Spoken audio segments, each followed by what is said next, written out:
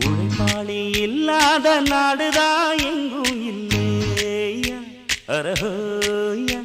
அவன் உழைப்பாலே பிழைக்காத பேருதான் எங்கும் இல்லையா அரஹோயா உழைப்பாளி இல்லாத நாடுதான் எங்கும் இல்லையா அரஹோயா அவன் உழைப்பாலே பிழைக்காத பேருதான் எங்கும் இல்லையா அரஹோயா அர சாமியோ சாமி அப்படி இருந்துட்டா காமி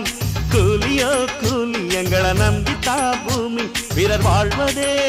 எங்க வேர்வையில் தான் உழைப்பாளி இல்லாத நாடுதான்